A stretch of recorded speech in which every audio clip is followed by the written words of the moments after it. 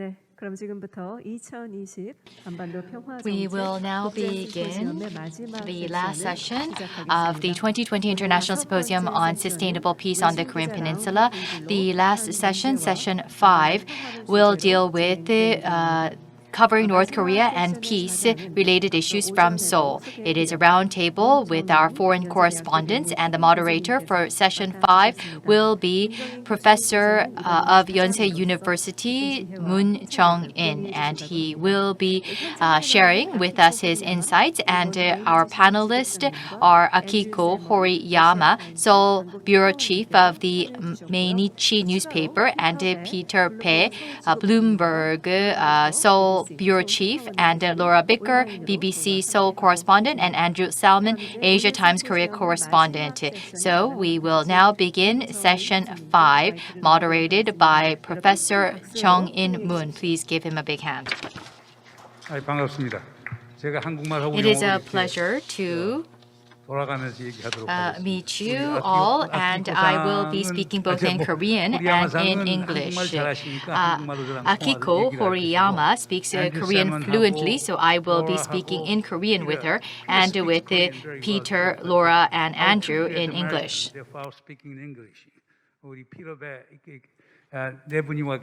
So we have 4 panelists. 2 are joining us via online, and 2 of our panelists are here with us in person. The question I'll be raising is this: you guys are all the correspondent in Seoul, and you have been covering North Korean affairs and Korean Peninsula peace issues. Can you give us some of your experiences in covering North Korea and the peace on the Korean Peninsula? We can start with 호리야마-상. 호리야마-상부터 얘기하시죠.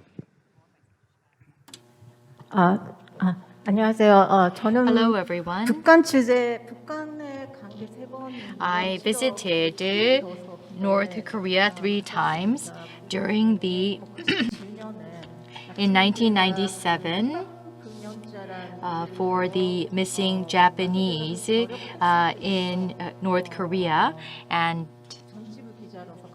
as a political reporter, I visited North Korea,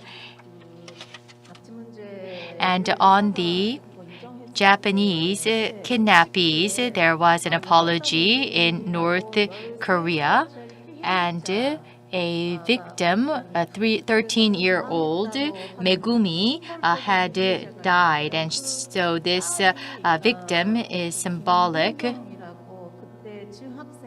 And there was another middle school student, and Kim Eun-kyung, and there was an opportunity to visit North Korea to meet the victim of the daughter of the victim.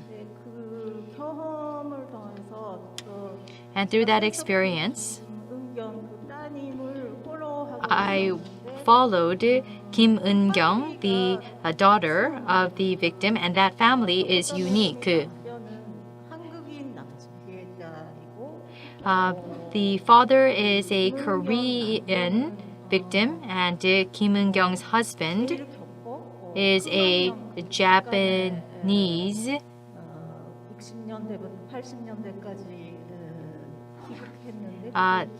And was a grandson of a Japanese that had been abducted in North Korea. And so this family was living in a community together, and they became a family. And I realized this, and I was able to think about ways to resolve the North Korean abductee problem in a more broader sense. And this is a minority thought, however, even within Japan. So there are some difficulties there. She was a correspondent about 15 years ago, and she came back as a bureau chief. Therefore, she has been studying Korean in Seoul. At the same time, she has been covering North Korean and South Korean issues for a long time. Andrew, what has been your experiences in covering North Korea? God, multiple. I've been here off and on for 20 years. covering the Koreas mainly from Seoul. North Korea is rather unique, and it's a situation where most of the correspondents who specialize in it don't actually live in the country. Historically, only Xinhua and TASS have had reporters based up there. And of course, they break very, very few stories. A good friend of mine who's the TASS correspondent in Seoul said he was in Pyongyang for 2 years and he broke 2 stories and they were both wrong. So it's a tricky place to report from.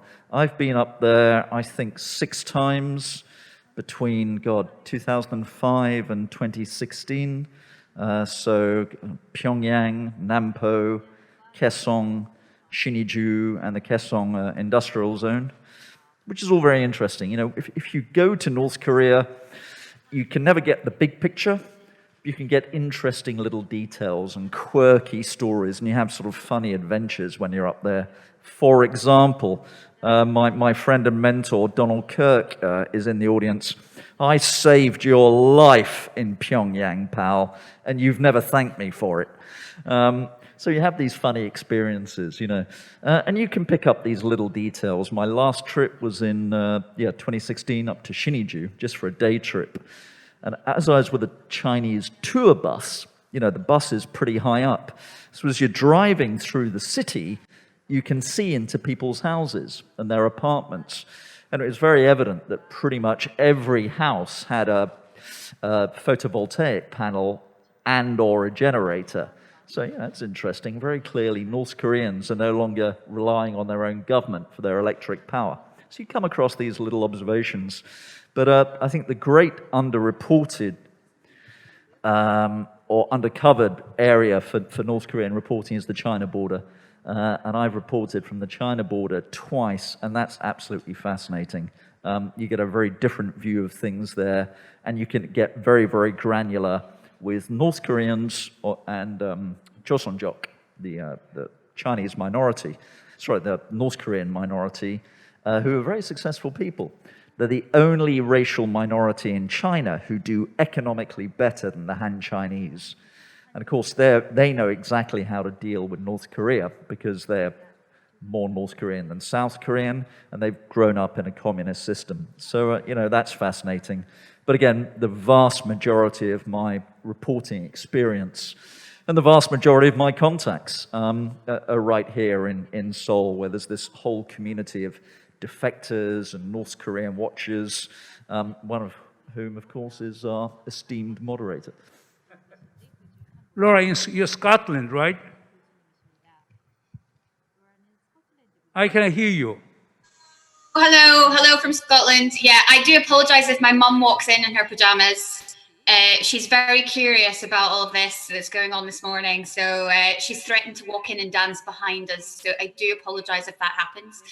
When it comes to North and South Korea, so the BBC has a correspondent based in Seoul and has done for some time. I'm the newbie of the bunch that you've got on with you today. I've only been in Seoul for 3 years, and before that I was in Washington, D.C. So much of my experience is covering it politically and covering it, talking to politicians dealing with North Korea through predominantly the South. And we're not allowed to go to North Korea. So the BBC would allow us to go, but the North Koreans have denied access to the BBC for some years now. So when it comes to how we get news, that's the difficult part. It's always going to be difficult. With the BBC has a rule where we have to have 2 substantial sources on the record to report on North Korea. Now, getting that on North Korea is extremely difficult. So we have to look at record. We have to look at, is this possible? We have to try to substantiate it or ask others, could this be true? So a lot of it is speculation. And we've seen a lot of that this year with regards to what's happening with Kim Jong-un or not happening with Kim Jong-un. I think this has probably been the most difficult year. But as far as my experience goes, I think the highlight for me was my first year in South Korea and watching the Inter-Korean Summit when President Moon met Kim Jong-un. And I think even for myself and my young team here in Seoul, we watched aghast. I think the world did. And I can remember editors all over the world, because we have to broadcast everywhere. And they're in my ear asking questions. Is this really happening? Are they really sitting talking? And I was like, yes, it is. We're watching it live. And that moment where all we could hear was bird song and we're trying to lip read when Kim Jong-un and President Moon were talking to one another, it was one of the highlights for me, when we're all turning around going, what are they saying? What are they saying? So when it comes to, I think that's pretty much a metaphor for when it comes to dealing with North Korea. We're always trying to lip read because we don't actually know what's going on. Hi, Peter. What did you take on North Korea? Yeah, so if Laura is a newbie, I guess I would be classified as a toddler, mainly because of, I don't, my reporters cover North Korea and I'm just sort of on the sidelines, overseeing the coverage. And so I just get the indirect observation and impact of their coverage. But on that note, as a bureau chief, you are the first one to be called whenever they launch a missile or do something crazy. And I remember one year where I was waking up in the middle of the night 17 times. This is when they were launching rockets all the time in the middle of the night. And thank goodness that Kim Jong-un decided to give us a little break and not do as many of those overnight launches. Anyhow, the experience as an editor and as a sort of an indirect participant of the coverage, it has actually been quite, I would say, to be honest with you, quite irritating, annoying, frustrating, challenging. It's covering North Korea very succinctly is like covering the royal family during a war. So you get very little information, a lot of hearsay, a lot of rumors, a lot of gossips, as we know from the other question you may ask later. So very little information coming out of there, like the royal family.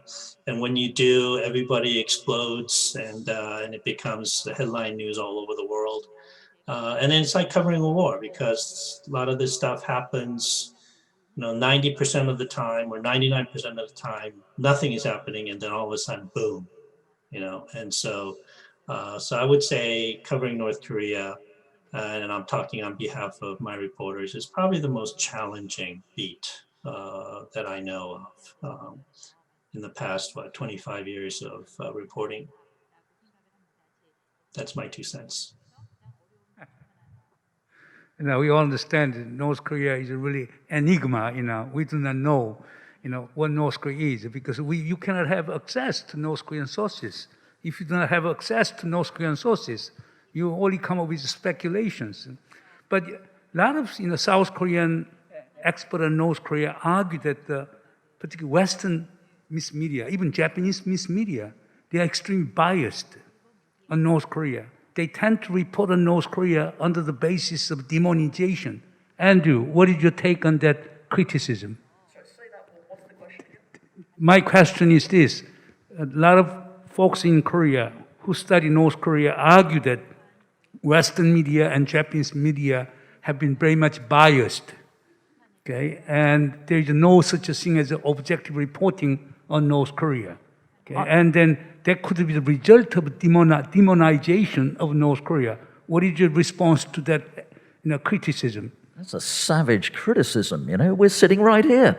I would say that criticism is largely unfounded unless you read very specific media, particularly British tabloid media.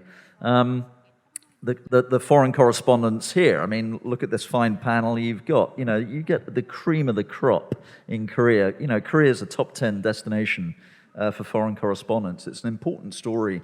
And I think the reporting coming out of Korea really is actually pretty good. Bear in mind, if South Koreans are making that criticism, I would say probably 70 to 80% of my sources are South Korean. So the North Korean story is to a large extent told through the prism of South Koreans, because the correspondents are right here. I would say, though, that there is a general public perception in the West, which maybe dates back to an earlier time, that North Korea is some crazy state. I was on a train heading to London 2 years ago, and I was just talking to the guy across from me, a stranger, and he said, where do you live? And I said, Korea. And he said, oh, North Korea or South? I said, well, South. He said, but that guy in North Korea, he's crazy, right? And I said, no, he's actually very, very smart. And like everybody in the train carriage all looked at me and started talking to me.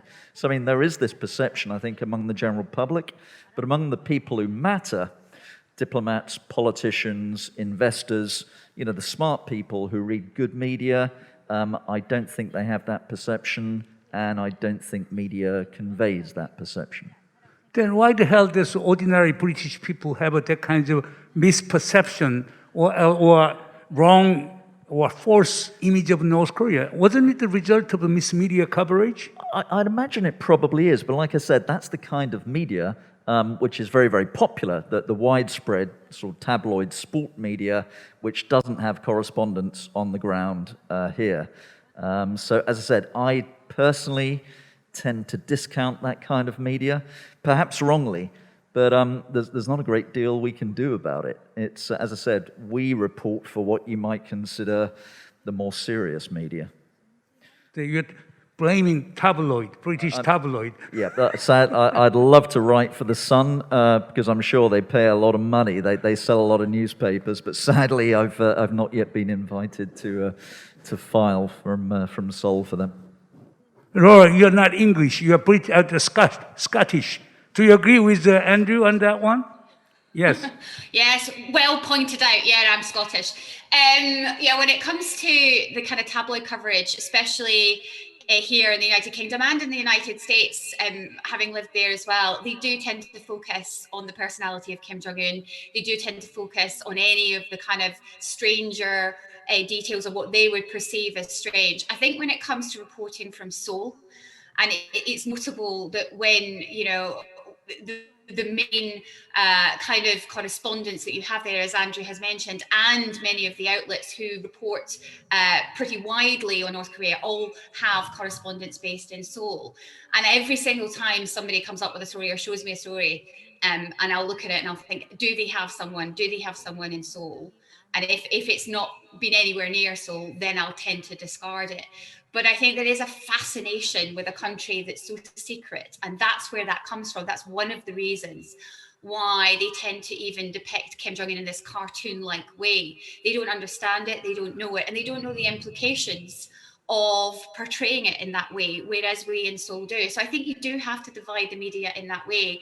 The kind of media that you get from like the BBC, our coverage, for instance, we have to sign a charter that say we are impartial, we cannot portray any bias. So when it comes to North Korea, I'm very careful as to how I portray it. And the reason for that is I think it's important that the people outside of Seoul and outside in the outside world get a real perspective of what the country might be. But the problem with that, as we've just mentioned right in our intro, it is so difficult. I mean, as Peter mentioned, it's one of the most challenging stories of our times. And that's one of the reasons why so many things appear made up. Horiyama-san, but in Japan, really, weekly tabloids are really source of the problem, okay? I know that. And I know your newspaper, Mainichi Shimbun, has been very, very neutral and objective. I can tell you that.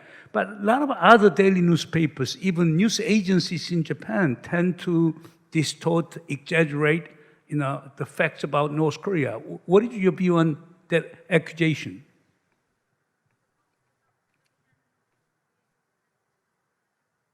예, 그래서 일본에서 좀 In 세 Japan, 가지 there are 종류의 three types of media, I believe. So in Japan, there are three types of media outlets. Mainichi, or the 사실 확인을 하려고 노력. storage-based media outlets, and those ones are the traditional ones. The second one is getting more advantage nowadays, make more influence nowadays. That is private TV channels. There are 5 of them in Japan. So these private TV channels are more based on the entertainment-based TV programs for the coverage and broadcasting. This trend has been accelerated for the last 5 years in Japan. Even during the daytime, just entertainers, not the professionals at all, just the celebrities are on the programs to have very interesting, strange anecdotes on Kim Jong-un, and they are just talking with some of the former ambassadors and some of the professionals, but they're fewer in number. Most of the invitees are non-professionals, only celebrities. They're kind of just wasting news storage in the daytime programs. That's the second one. Third one is the magazines. For example, the Minchun and some other media outlets in the form of magazines are actually been covered by the media. And also, if we have those things, that's the coverage. One thing I would like to raise a question to the Koreans is that the reporters have been able to say this. And also, I told you that there are 3 types of it. When the interesting coverage was made in here, the other takers are just incorporating and changing the stories. So if they give the sources of the stories correctly, they will take the responsibility. However, they don't do that. So they just don't want to say what the sources are. They say the rumor says that, the story says that, over the years I heard. So this kind of attitude is prevalent in Japan. So they're just catching the balls. They're doing the catching ball games, and they are not strict about the rules for just disclosing their sources. They do not have the filters, therefore, in Japan. So the new approaches are being arising in the Japanese society. We have to tackle with it. I'm sorry, I couldn't hear you. Peter, what is your view on the whole this idea of objectivity or bias reporting on North Korea? Do you think that the Bloomberg has been reporting objectively on North Korea? Well, to the far as the information that we're getting, yes. But again, being objective is also very subjective in terms of the information, the credibility of the sources, which is very lacking in North Korea. And that's a huge problem. You can only be objective as to the amount of information you have. And unfortunately, the story of North Korea is very one-sided. We have very little information coming out of North Korea. So we could only be as objective as the information that we're getting, which is very little. And that's probably the reason why, getting back to your earlier questions on demonization, that's because of that, I think. And it also, Kim Jong-un doesn't help in terms of him getting on a white horse, or him, and the crowd arranging crowd of fanatic folks, crying and yelling out for him, which is totally, unfamiliar to the Western culture. And of course, those images clearly, even without any attempt by the media to do so, those images themselves, I think, create this public perception that he is crazy or he is a demon or whatever you want to do with that. You all pointed out that there is a source problem. You cannot have access to, Chairman Kim Jong-un or the key leaders in North Korea. Even you haven't chance, met them. I have had a chance to meet them, but then in the case, then you got to rely on sources. Laura pointed out. Then when you talk about sources, for example, you have South Korean sources. I would argue that the Yonhap News Agency had the largest number of staff covering North Korea. News is another good source, but Yonhap has been always the primary source. And also other daily newspapers in South Korea and TV, media, and etc. Another source would be like American sources, Voice of America, Radio Free Asia, even NK News. NK News is registered at the Wilmington, Delaware, okay, even though it's headquartered in Seoul. And third one is the so-called North Korean defector sources, okay, and like Daily NK and other North Korean defectors operating either in Korea or in northeastern China. Given all these kinds of sources, which sources do you usually rely on? Maybe, Peter, you can start with it, okay? Or you have a South Korean government sources too. Yeah, again, I don't think, at least for Bloomberg, we don't rely on one specific source. Obviously, we try to get as many confirmations or verifications. But on a day-to-day level, obviously, Yanup is one of the key sources for us. And they have been pretty credible as far as I can tell in my 5 years here. Mainly because they have a sufficient number of folks covering it with lots of experience. NK News is another that we find credible. And of course, American think tanks. Again, we double check those sources because they themselves rely on one particular or two sources, very limited. As Laura said, we also have to confirm any type of information or news from an independent source. We can't just go with one. And so that presents a problem for us in many ways. But on a day-to-day level, I mean, those outlets would be the ones that I would typically turn to. To what extent do you rely on North Korean defectors? To be honest with you, not so much, because we've been burned before, and I would say, in my experience, maybe the information is about half of the time right. So it's almost like flipping a coin.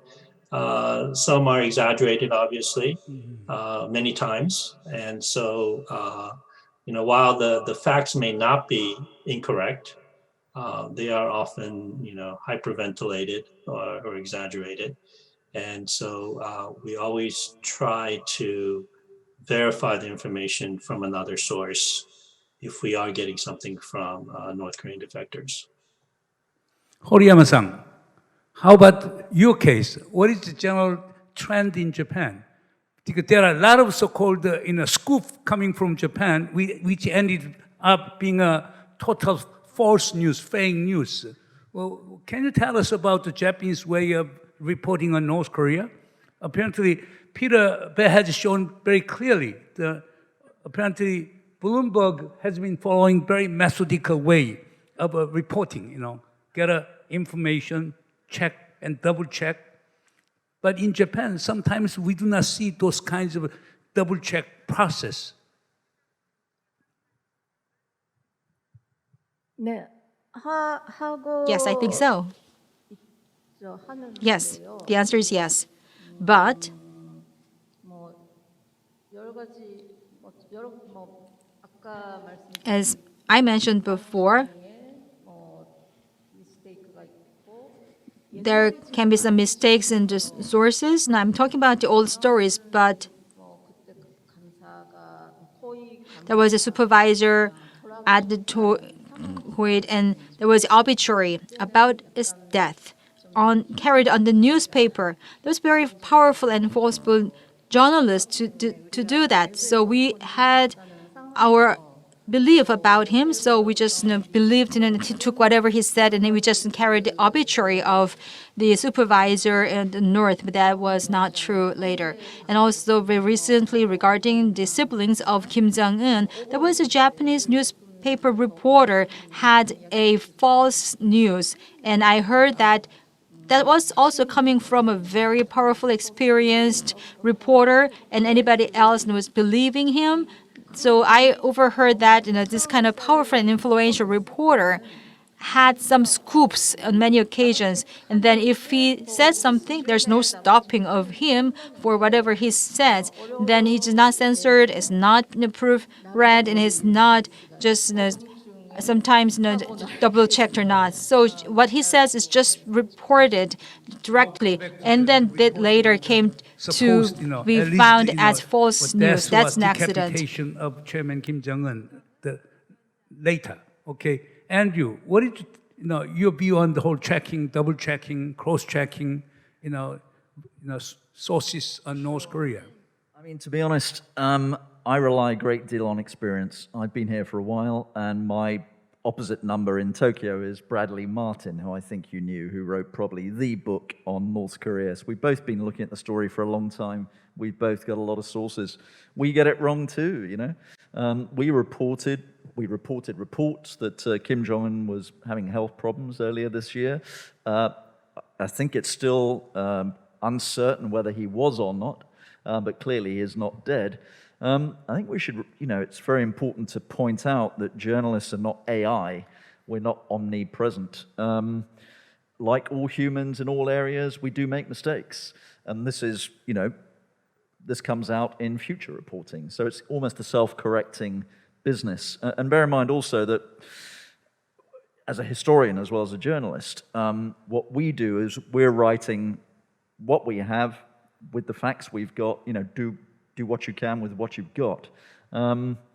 It's the first draft of history. As more information becomes available, the story expands and maybe changes. And that's just a perfectly natural, normal process. So I wouldn't bet my life on most reports in most newspapers, but that's the nature of the business. When we read the history books 20 or 50 years later, we'll see, what's changed and, how the story has mutated over time as more information becomes available. Laura, does the BBC have any guideline on the reporting on North Korea? And what is your way of cross-checking the sources of North Korea? So we don't have any explicit guidelines on North Korea, but we have guidelines that we have to follow. And that was, just as I mentioned right at the start, we have to have two sources. We have to be certain. And there is a great burden of responsibility, because I think if the BBC says something, everyone goes, oh, the BBC said it, therefore it must be true, because we have, a reputation for being impartial. And I think when I'm broadcasting, if I ever make a mistake, and I think I made one mistake, not in North Korea, but I made one mistake in the last 3 years, and it haunts you. It kind of, you wake up in the middle of the night, so you try your best not to get it wrong. With regards to sources, NK News and Yonhap TV are kind of the Yonhap news agency are probably the two biggest sources that I use, but I do have my own sources that I can check things with, both in and out the country, although these days in the country is very difficult. So with regards to defectors, I echo what Peter says. I think for us, when we use defectors, I use it as a way to try to humanize what's happened in North Korea, or try to humanize the experience. I think one of the key things, especially with television, is that you only have 2 to 3 minutes to grab people's attention. And sometimes the best way to do that is to show them someone else's experience. Look, this is a North Korean person. They're just like you. This is what they've been through. And I think that sometimes gives people a better idea of the kind of country that North Korea is. Now, obviously, we have to say their accounts can never be verified. But a lot of the time, they're just telling us about day-to-day life in North Korea. Or, and for instance, we used that during the summits. We used defectors, young defectors, who were watching Kim Jong-un in the country that they'd come to highlight what was going on and what they were feeling, as well as South Koreans. So I think that's how we would use that. It's trying to humanize experience. It's trying to get across what might be happening in a way that's human, and using people to do that. And again, it is difficult. Of course, we have to alert the viewer, alert the listener, and alert the reader to the fact that we cannot verify all of this. But at the same time, this is what we have to report to you. I still remember, I think it was April 17th, CNN, Mr. Shuto reported about the decapitation of Kim Jong-un, or Kim Jong-un is critically ill, citing sources from State Department. That was a scoop of CNN, okay?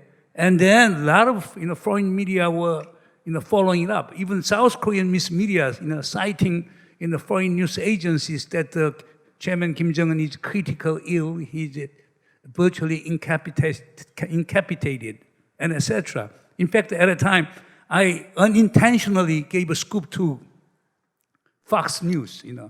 My friend, Greg in London, simply sent me an email saying, Chung-in, what's going on? I told him that he's well and alive. And then less than 5 minutes, he came up with a scoop saying that the Chung-in Moon says that Kim Jong-un is well and alive. And I ended up being right, and CNN was wrong. But Peter, at the time, how did you report on the situation of Kim Jong-un? Well, the example you cite is actually a pretty good sort of the epitome of North Korea coverage. Because as I recall, NK News actually had a story saying that he had a cardiovascular surgeon who was recovering. And I think that might have prompted CNN reporter to ask the State Department. And whether he heard it wrong or the source was just bad, I don't know. But then that's when I think CNN reported that he was gravely ill. So we have these conflicting stories, and because we had reporters in Washington as well as here following this, there was a lot of we were very dubious about the fact that he was ill, because in many ways we've had the NK News reporting has been very good, and for them to come out with that kind of detail, we thought, they must know that he was okay. That yes, he might have been ill.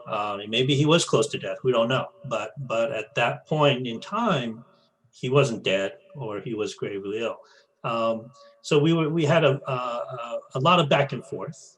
So what we ended up doing is just reporting what the other people report, just repeating what they said.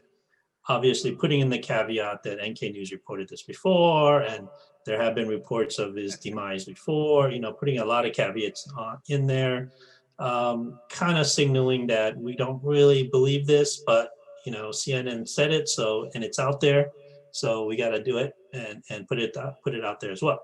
Of course, we did follow up very quickly when sources indicated to us that it wasn't true. And of course, Trump helped in that regard, in the sense of coming right back with a press conference saying, as far as he knew, Kim Jong-un was okay. But that 24 hours of constant back and forth and trying to determine how do we frame this story is a constant battle with North Korea coverage. And I'm glad you brought that up, because that's really the frustrating and irritating part of North Korea coverage. But was it NK News or Daily NK? Daily NK. It was NK News, right? There's a difference. No, it was Daily NK. Is run It was by Daily the North Korean NK. defectors, and then NK News is run by British North that's Korean right. specialists. The Daily NK. Yeah, it was Daily Okay. NK. Oh, Laura, maybe you might have something to add on this. Yeah, I was going to correct Peter. It was Daily NK. So they came out with this article in Korean, and that's how it all blew up. Reuters copied it into English. Now, Reuters, being a news agency, it goes out to everyone. And then, of course, as Peter mentioned, whatever source at the State Department may have said that it was gravely ill. When it comes to something like this, what happens is you get this flurry of phone calls. So you get this, you get Laura, what's going on? And you have to hold it back. As the Seoul correspondent, it's almost like holding back a tsunami. You've got to go, look. This is probably not true.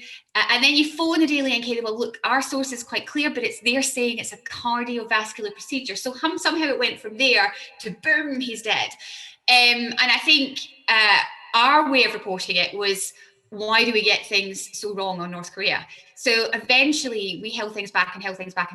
My sources were telling me, okay, we don't know if there's something wrong, but he's okay. So I was pretty clear for some time that it was okay.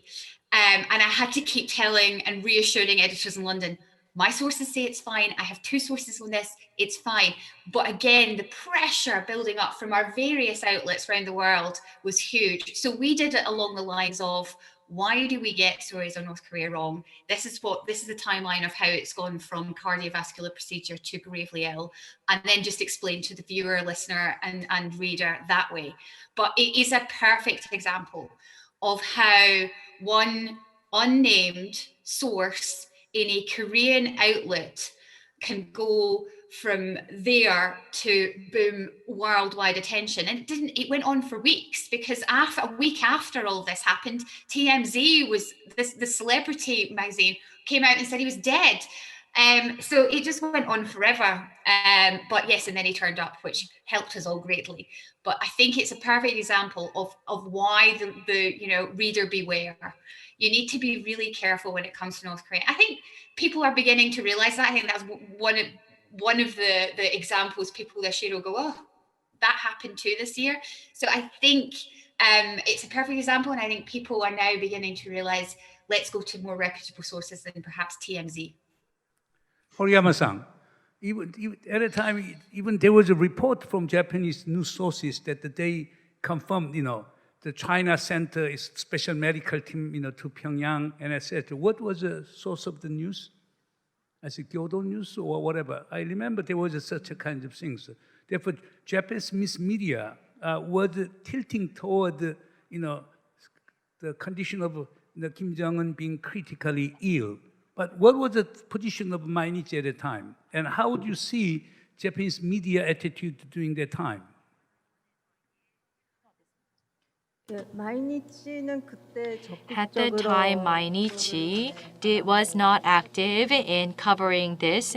We were more cautious in fact-finding. Therefore, we felt that we were a bit behind in the story. And then ultimately, we covered that he was okay. But it was not easy. And Kyoto, they seem to have some information that we did not know. And Mainichi, in our case, Korean Watcher, there is a reporter, and that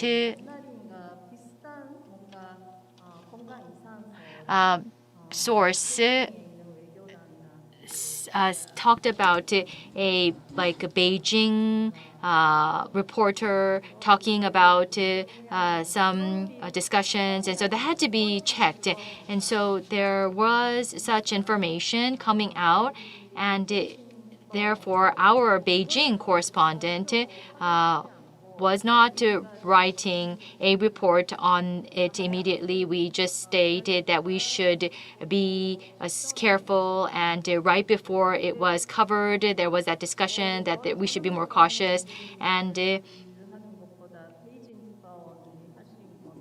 so the fact-finding and the verification was done by Beijing correspondent, and that we were able to talk with those involved in trade, and if there was some critical situation in North Korea, then that would have led to a tension, and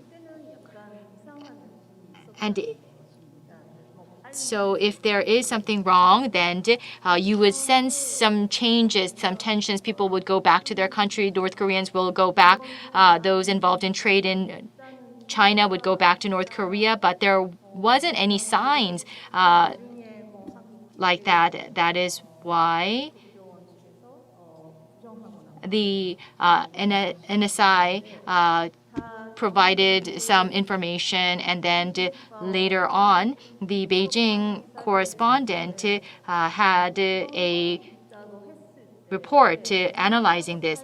And the thing was that if there is something like that, it was that everybody was sharing the news. So information coming out from North Korea, the North Koreans were talking about what they heard from South Korea. So it was hearsay from North Koreans were speaking, but they were receiving information from South Korean news outlets. And so we felt that we had to be very cautious. Came out. that really brought about a quite significant impact on the Korean economy. There was worry about the foreign investors leaving South Korea and all these kinds of things. Then I remember that was April 16th, the Thursday. Every Thursday we hold the National Security Council standing committee meeting. And then after that, the standing committee meeting, the weekly standing committee meeting, the National Security Council announced that don't worry about it. We don't detect any extraordinary moves in North Korea because our government traces in the movement of Chairman Kim Jong-un 24 hours. But very few foreign press paid attention to it. Salmon, what did you don't trust our government announcement, government sources? Am I going to admit that right here? There's government people down here, I remember reporting, it was early in the morning, Korea time, when CNN had covered it. So we covered CNN said this, and then we did some background analysis, including Go Myung-hyun at the Asan Institute, who said, I don't think anything's happening. We were just putting out the opinions in the market at the time. I think I do recall discussing this issue of whether there would be unusual movement if the leader was in some sort of danger. And my understanding is that given the extraordinary opacity surrounding the leadership, even within North Korea, it is not necessarily the case that there would be extraordinary movements and that people would be returning home from China, particularly given the country was in the midst of a COVID sort of semi-lockdown, I suppose you'd call it, and information isn't widely disseminated. So I just didn't think that the information that was put out was that convincing. I'd add that I also on the Saturday night of that week I got a call from Beijing saying he's dead. Kim Jong-un's dead. And I said, "What's your source for this?" Very, very good Chinese source. Tell me more. And he couldn't tell me more. And I flash back to Jang Song-taek being torn apart by dogs, which of course was a Chinese online joke stroke rumor, which I think even to this day has mutated into the real death of Jang Song-taek. So in this kind of information environment, there's no one gets it right all the time. If the South Korean government has privileged information, by all means, put it out there. And I'm pretty sure we reported that, although it wasn't clear until much later whether he was alive and well or not. And I just would add that we were talking about NK News recently. They did a very, very forensic analysis of the first photograph, which emerged of Kim Jong-un, after he re-emerged. And if I recall correctly, there was a red dot on his left wrist, which would be congruent with an intravenous drip. So, possibly he had been ill and had some sort of procedure. I'm not entirely convinced he was entirely healthy the whole time. But if you know better, Professor Moon, please tell us.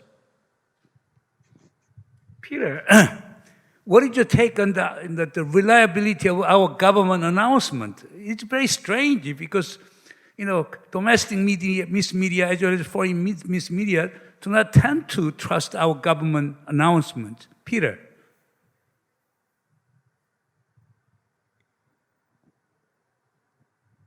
We cannot hear you, Peter. Markets actually seem to have recognized the South Korean government's take on it, because if you remember, after the CNN report, the markets were going crazy, and I think the Kospi was going down. And then after the press conference, actually the market bounced back, which seemed to indicate the stock markets, the currency markets, they all pretty much believed what the South Korean government were saying. As a wire service focused on financial news, we covered the press conference. We flashed headlines on that, mainly because we have to rely on what the markets, how their perception is on the credibility of that. And clearly on that day, at least the market seemed to find credibility in what the South Korean government were saying. Laura, what is your take on the reliability of our government sources and information? And to what extent do you communicate with our government? Well, that would be telling, wouldn't it? I noticed you didn't answer Andrew's question about whether or not you know more about the state of health of Kim Jong-un. But when it comes to my take on it, we covered that day. I did a couple of live reports on the fact that the South Korean government says, but the problem was it was sources. The problem is the way that it's often reported is the meetings, National Security Council meetings happen, and then we're briefed on what someone said about it. Plus, there's this briefing that happens at the National Assembly, and then various members of the National Assembly will come out and say what they thought that was said in that briefing. So a lot of the time we're getting second-hand or third-hand information. What would be better is if they would brief us as well, rather than just briefing South Korean journalists, because then we're going, well, that's what they told South Korean journalists, rather than this is what they told us. And a lot of the time, there are briefings for domestic journalists, because in South Korea, if people are not aware, there are certain things that can be covered by domestic media and things that are covered by foreign media, and the two are completely separate. I can't go to various press conferences, for instance, that are called by various departments because it's domestic media only. So I have to report on what somebody else is reporting.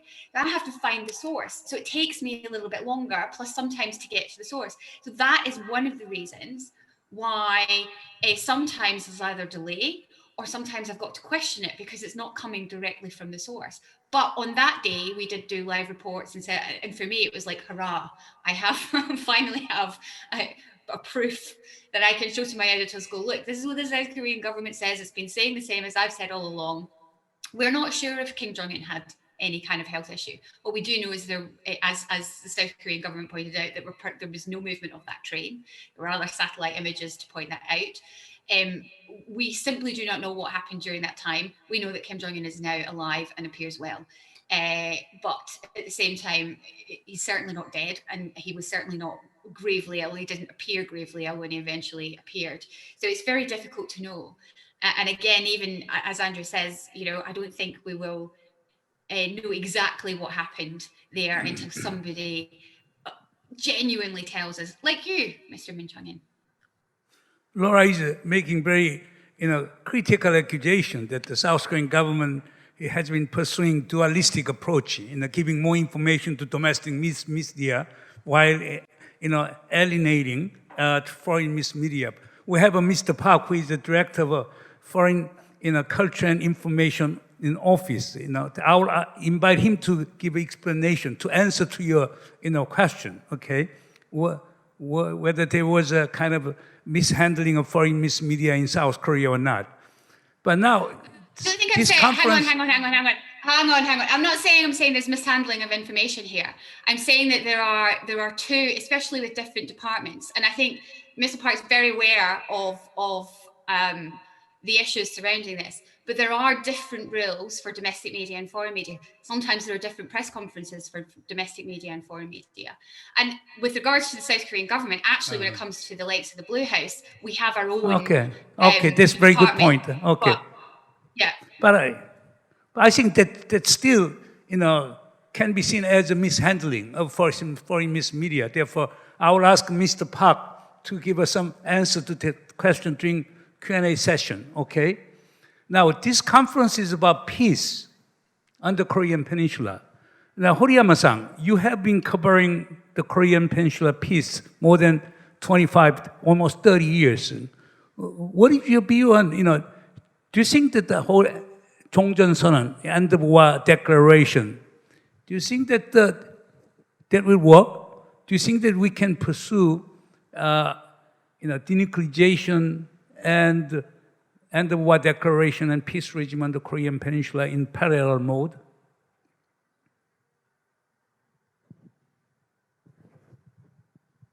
네, 한꺼번에란 게 If you say parallel, that's just the simultaneous based on the roadmap. We need a roadmap to make all of them parallel, and they should be regarded as a package of everything. But having said that, I believe that the package or parallel, whatever we call it, is the only way going forward.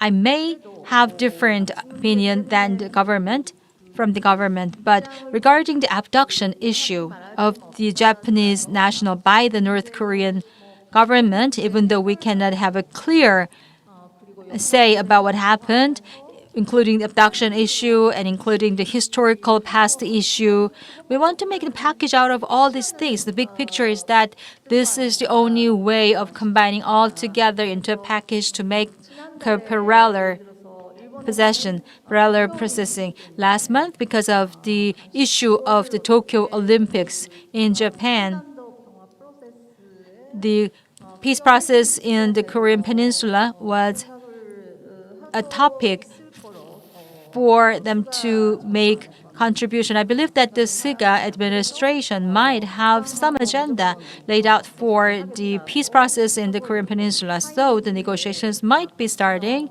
later. And Mr. Park Ji-won, chairman of the NIS, or the Korea-U.S. Committee chairman, visited Japan with the opportunity or the occasion of the Tokyo Olympics.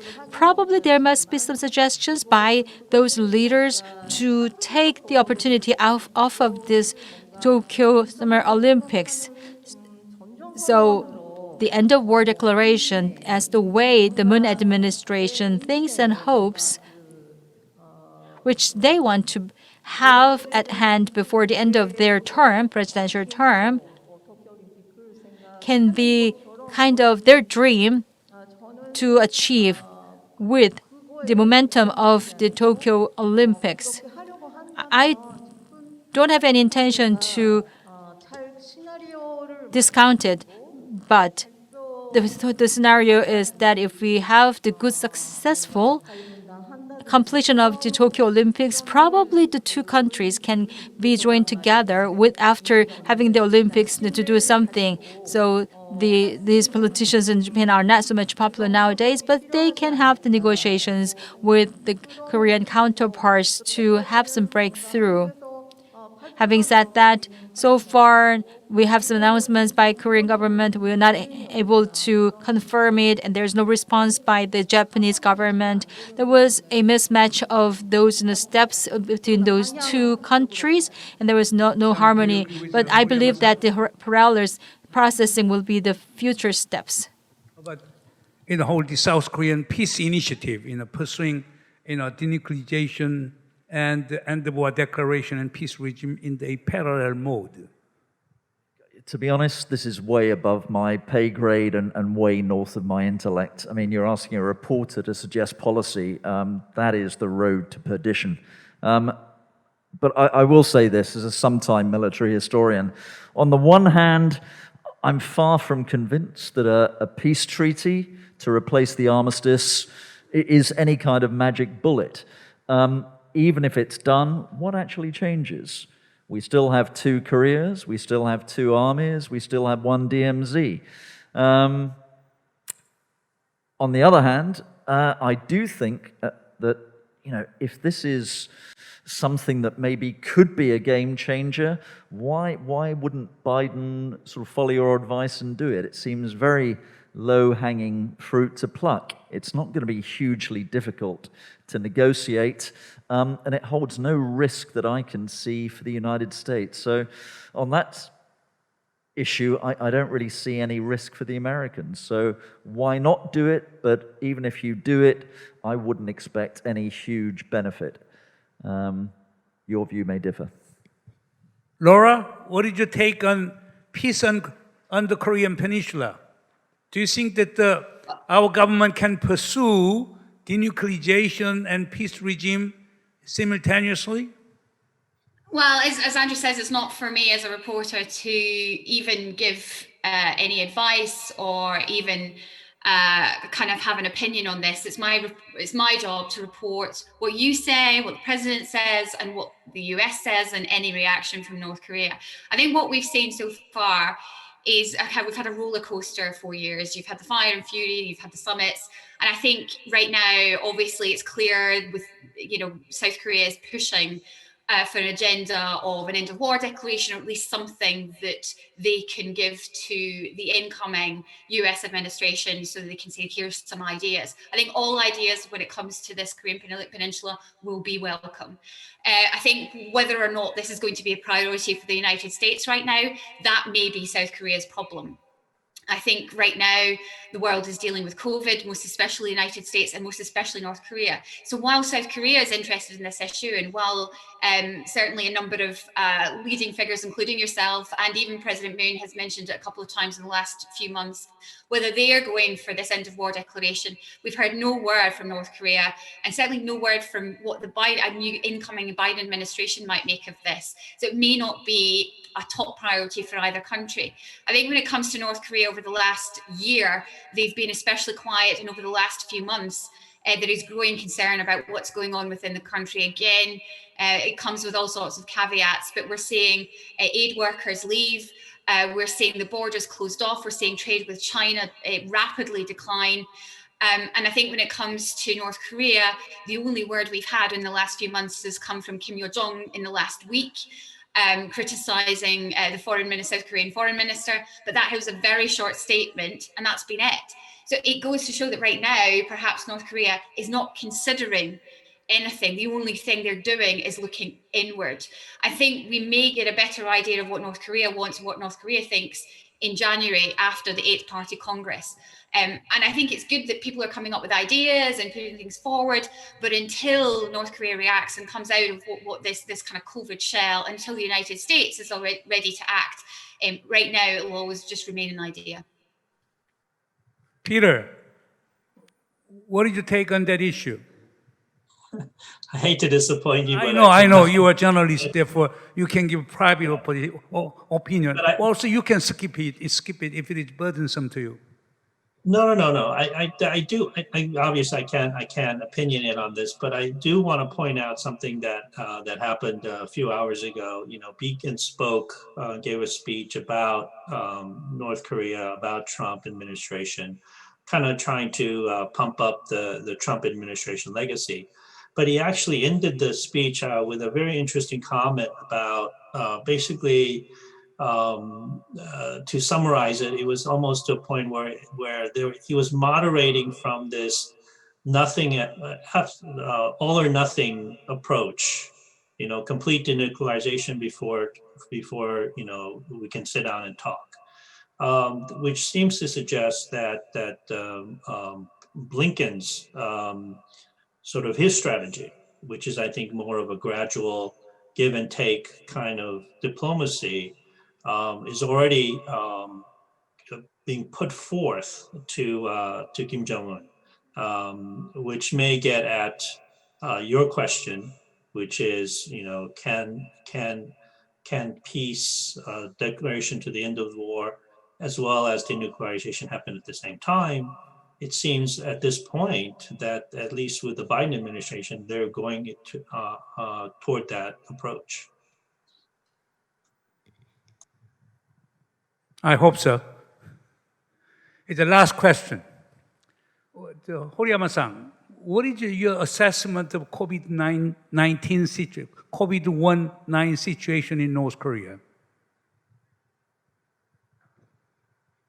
And how are you reporting on that issue? 이게 지금 북한에서 한 명도 확진자가 없을 수가 없다고 말하면 North Korea, I don't know if I can say that for them to say that they have no confirmed cases, it's unbelievable. But we cannot say that they have confirmed cases. So we have not written or reported that there are confirmed cases in North Korea, but it seems that there are some additional control measures being taken in North Korea, and these measures are being taken to prevent spreading of COVID-19. What's going on in North Korea? And I've got how no idea. have we been reporting on the COVID-19 situation in North Korea? We've been reporting a bit of it. We have an editor, one of the editors at Daily NK, who obviously spends time listening to people in North Korea report via telephone, and she writes for us from time to time. So she has given us some reports about what people in northern provinces are talking about. So we've had that sort of on the ground reporting. But also, you know, we did a big analysis quite early on. I spoke to aid workers who'd been in North Korea, were familiar with the medical system, and spent a lot of time speaking to our mutual friend, Andrei Lankov, of course, who's Russian, who grew up under the Russian, or rather Soviet medical system. And he made very clear to me that, you know, the North Korean medical system was basically created on the Soviet model during and after the Korean War. And that system was not like our system. It's not designed to deal with rich people's illnesses like cancer and cardiovascular diseases. It's very much peasant medicine. And it's designed to deal with pandemics. And so I suspect their pandemic control could have been very successful, particularly given the examples of both China and Vietnam, which have somewhat similar authoritarian systems, and they've both been very, very successful at containing COVID, largely as a result of authoritarian governance. So I don't necessarily buy into the concept that some of my colleagues have, that there must be an absolute COVID disaster underway in North Korea, particularly given the overall youth of the population and the fact that many of the contributing factors such as obesity and diabetes are not known in Pyongyang or in North Korea. In my various trips to North Korea, I remember seeing one fat person, and she was a chef.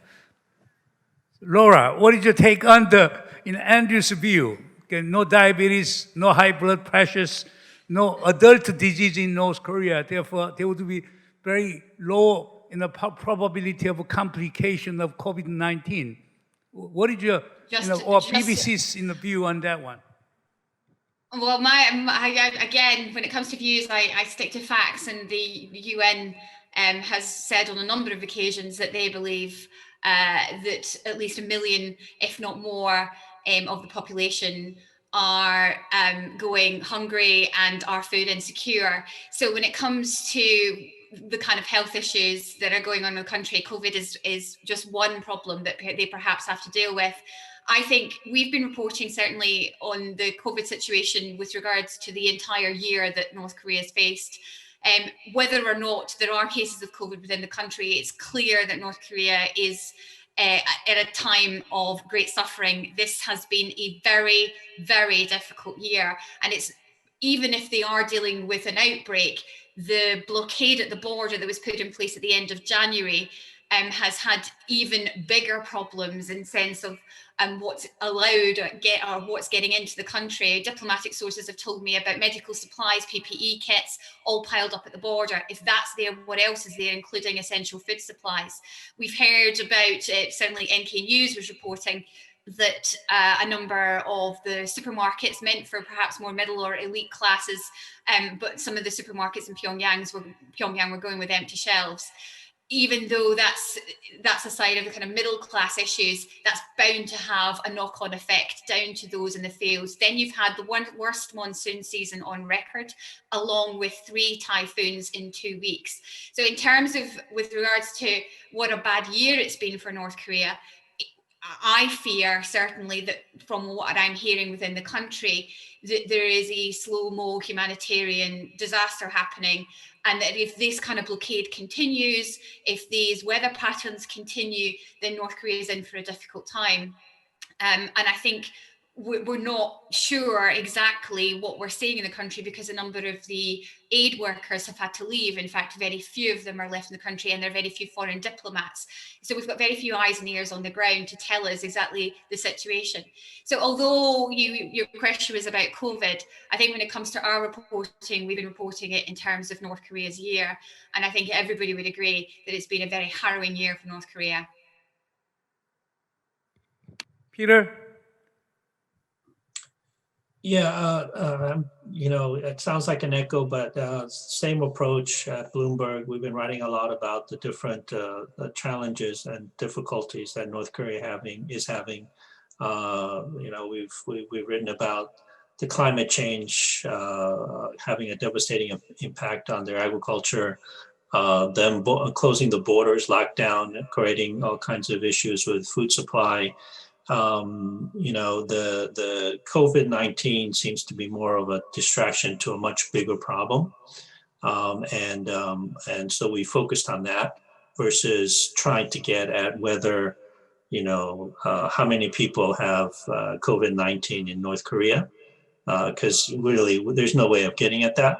What we do know is that the after effect of that lockdown and all those measures are considerably more impactful, and those are the stories we've been writing.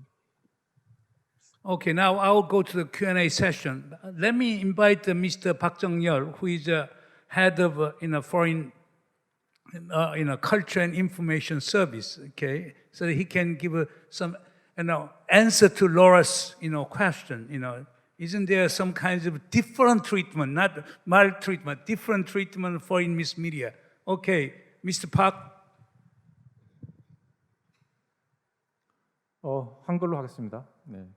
I'll give my remarks in Korean. So, the Korean Culture and Information Service provides various services, and one of that is about the coverage of foreign journalists, and we are supporting them. So we play a role between the Korean government and the foreign correspondents in Korea, and we are trying to provide the most objective information to our foreign correspondents. But there are some limitations. So we try our best, but it is true that departments and they have journalist corporations. So and there are certain authority that is not decided by us. So for you to join that, there is a procedure to join, and the foreign correspondents going into that pool, and when they participate in the press conference, we try to let them go in, but there are the journalist groups that block that, and we are aware of that issue, and we carried out a survey on this issue, and we even released a press release on this matter, and we will have a discussion with the Blue House on ways to better support the foreign correspondents next week, and we will try our best to resolve this issue. And any question, comments? You don't? Yes. Okay, Dawn. Microphone. Well, thanks. This is on. I don't know. Yeah, I guess it's on. This has been a very interesting discussion. I just want to make one memory. I was first in North Korea in 1995, which happened to have been the height of the worst period of poverty and suffering, far worse than now, in fact. And I can assure you, during my 12-day tour, I ate well, got not the slightest hint of any suffering going on. I was with a group of people from Korean Canadians, actually, and we went to Wonsan and Nampo and quite a few other places. But one thing we didn't hear any or see any trace of was the suffering that was then going on in the country, which just showed to me how difficult it is to cover it. Okay, having made that remark, I also want to say that one topic that's been somewhat overlooked, not entirely overlooked in this, is that actually there's a lot more contact in North Korea now, these days, than there was years ago, because of telephone communications, which goes on. Daily NK boasts of having some contributors there, and others have contributors there. So there's a lot more relationship. Getting back to that Daily NK report, which was obviously less than fully accurate, that was discussed earlier, that was said to have come, by Daily NK, said to have come from a contact inside North Korea. Who talked to that contact, and what was that contact paid, and how reliable was that source? They get paid for what they contribute. And if if Kim Jong-un disappears for a while and someone calls in breathlessly saying we think he's on his deathbed, well, they're going to get paid for that. And you obviously, I would say you can trust what that kind of reporting, I wouldn't say never, might even say half the time, but the other time you can't trust it. And that was the source of that report, which took up so much of this conversation. So, but I do think that there's much more information available now than there was years ago. Another source that seems to have been overlooked is the North Korean media, KCNA. They were the ones who came out with the reports from Kim Yo-jong yesterday, and Radio Pyongyang and Pyongyang Radio and so forth. They were the source of that report. Translations of Nodang Shinmun also get quoted. Obviously, you don't take them as at total face value, but nonetheless, they are sources of information that do get quoted and have to be quoted, particularly when they come out with some statement like the one yesterday from Kim Yo-jong. Obviously, I could probably talk as long as anybody else here, but I just wanted to make those comments, and maybe Andrew and Akiko and Laura and Mr. Pei can give some more on what they think of the increase in sources available for covering North Korea. Thank you. Okay, Andrew, would you go first? And then Horiyama-san. I'm not sure I've got anything more to add. I think I agree with pretty much everything Don said. Again, it comes back to using, judgment and multiple sources. Sometimes people are right, sometimes people are wrong. I would add, though, that, and this comes back to two things that both Laura and Peter had said, is putting a human face on the North Korean story. Yeah, sure, at the macro level, we can look at North Korea and see almost this James Bond villain type figure. And, it's true, he's very easily demonizable without us having to do much editorial work on it. That having been said, the voice and the face of the average North Korean is very, very rarely heard. And I think that's why, it is important to speak to defectors, or when you go to North Korea and meet North Korean people, you come directly face to face with this conundrum which the world faces, which is you've got this extraordinarily totalitarian government which grants its people virtually zero rights. And yet, when you do have these moments of human contact with North Korean people, they tend to be, of course I'm generalizing, very, very charming, pleasant, sort of rather naively cute people, partly because of the society in which they live. And so they're fascinated by outsiders, but they can't really make contact with you. And Laura and I have a mutual friend who died last year in rather unlucky circumstances, who was one of this small group of people who fall desperately in love with North Korea. He was a Scotsman who ran the first foreign legal firm in Pyongyang and died in Seoul last year. And so there is this extraordinary attraction of North Korea, which some people really get this lure. But I think you've got to try and penetrate, if you can, and get as close as you can to North Korean sources, either through visiting, through going to China, or through defectors here, who you can sit down and you can interview and try and put a bit of a human face on the story.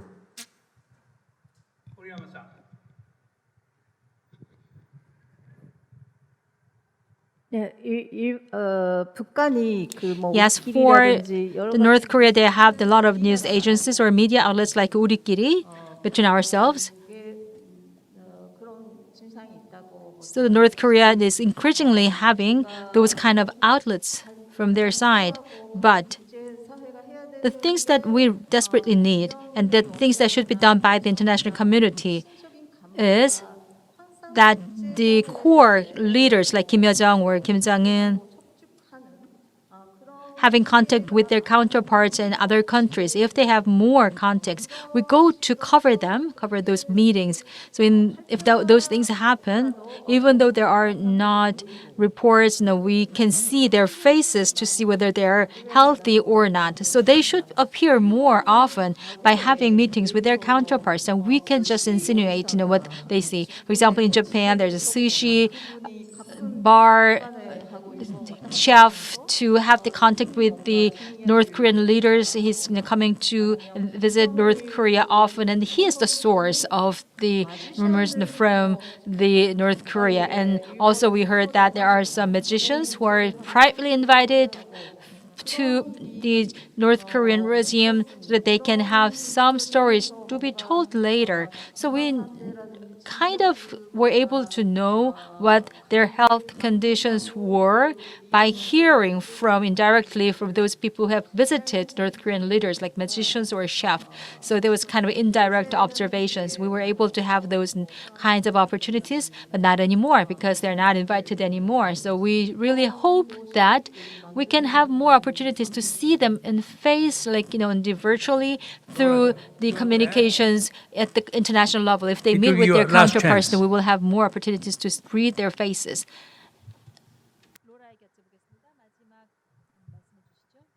Sorry, I think you were talking to me. Yeah, when it comes to what's said about North Korea, we do have more sources. There are more telephone calls get in and out, but it puts more risks on the North Korean people to provide that information. I agree that when it comes to those kind of sources being paid, we have to mention that. I agree that perhaps, it means that it does affect our trust level, but I do think that it provides insights into a country that right now is closed off to us. I think when it comes to other kind of sources, I think it's quite interesting what North Korea is doing.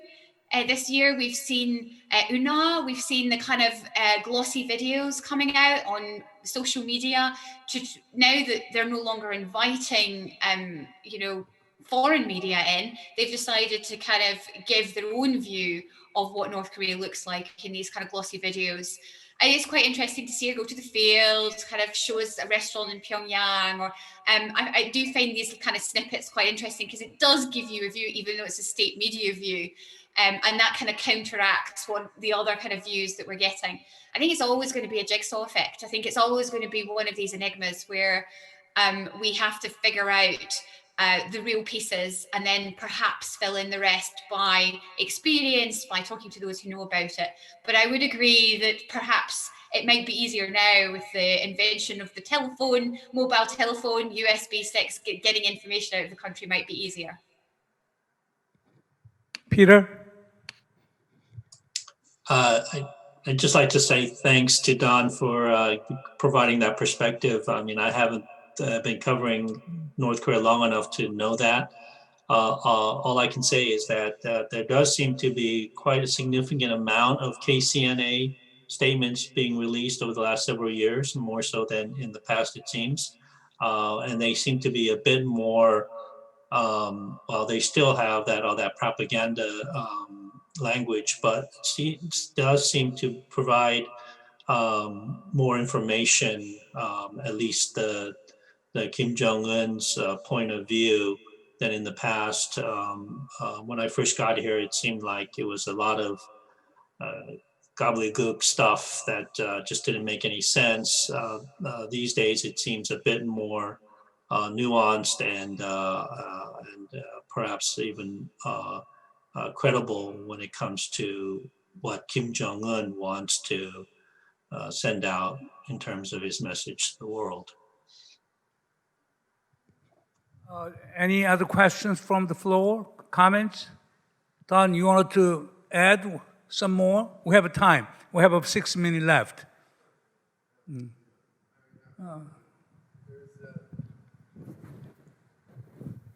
There's so much one could say, but I do think, getting back to what Andrew said earlier, I don't think the reporting from here is that bad. I don't think we really demonize North Korea, and I think Andrew might have supported that view, maybe Laura as well, and Akiko and Mr. Pei. I mean, I think the reporting from here is actually maybe not totally objective, but pretty good as far as it can go, you know. It doesn't want you don't want to get on the side of demonization, but you don't want to get on the side of glorifying North Korea either, and you don't want to get on the side of supporting some policy of South Korea or anybody else. So actually, I have to say, you know, my instinct would be to really say how terrible everybody's stories are, but I have to say that I actually think the reporting here is by and large pretty good. Thank you. Don, can I add something to that? Simon, Andy, Don, you have been very critical of North Korea and critical of South Korean government, aren't you? Well, I can do that later. Okay, Andrew. I'd say, you know, according to the great British journalist and editor Max Hastings, the job of a journalist can be summed up in 2 words, which is cause trouble. But I would say this year, and particularly for South Korea, I've never written so many positive stories. COVID response, Samsung is doing superbly in both its foundry business and its chip business because of COVID. We're seeing a massive growth in South Korea's startup sector. We're seeing this country is now number 5 largest unicorn flock on Earth. It's a G12 economy.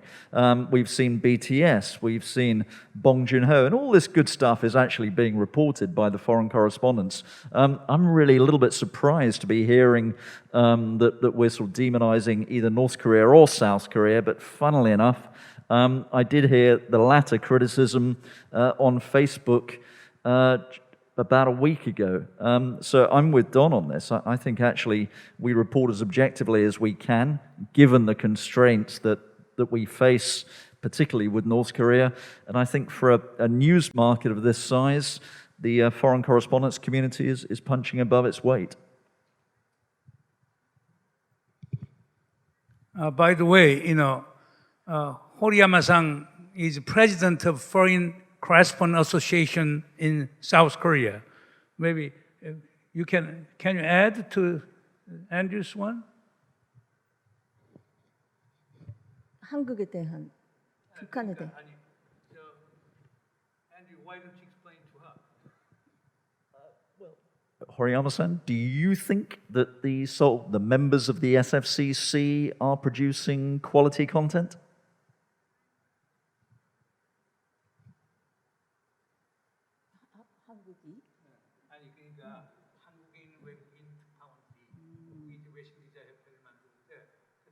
Correspondents working in Korea, are they producing the right quality of the stories? Good quality. 그래서 한국 국내에 대한 You mean you're asking questions regarding our correspondence activities on the South Korea?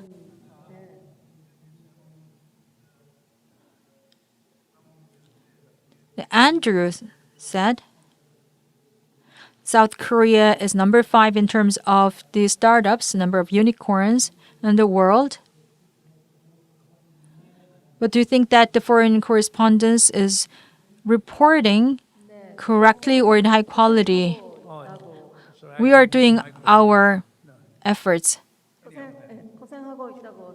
I think they're doing their best. They're doing a lot of work despite the difficulties. The foreign correspondence meetings held in English is made very often, but the opportunities for us to raise questions is limited, especially when we have the press conferences. Even though the press conference is finished, we have limited time for asking questions that we have. For example, we can ask questions if you think the real economy is doing well or not. So such opportunities are quite rare. Only we hear the briefings from them. If I ask such questions to them after the briefing, of course, some people say that this administration is better than the previous administration in Korea. When President Park Geun-hye was ruling, we didn't have any opportunity to ask questions. But what I believe here is that can we really have the right access to the sources of the information? I believe that the opportunities are less and less for us to get the right sources and right information. If you're asking me if we are doing well, my answer to that is that we have difficulties because of the circumstances. And also the Japanese correspondence is actually taking side of the Japanese government, according to many Koreans, and they have their critical point of view to the Japanese press. And I think that Japanese press should be objective as well in terms of the coverage of the relations between the South Korea and Japan. Korean audience can, get some summary of our discussions. 우리가 걱정한 거는 서양 외국 What we were concerned about was the prejudice of the coverage on the Korean Peninsula. Their answers unilaterally is that they're getting more and more objective, and the sources are getting multiple and diversified, and double checking is being made. And also the SNS is also appearing something what is happening in the North Korea. So triple check and double check are always made by them. So they're trying to be more and more objective and accurate. So I'm very happy to hear such positive changes. Secondly, regarding the peace regime and the realization of the peace building in the Korean Peninsula, that is, of course, ultimately our goal, but the way forward can be with difficulties. And as Biden administration is incoming, they have the progressive method to have the working level system, to have the bottom-up strategy for dealing with other countries.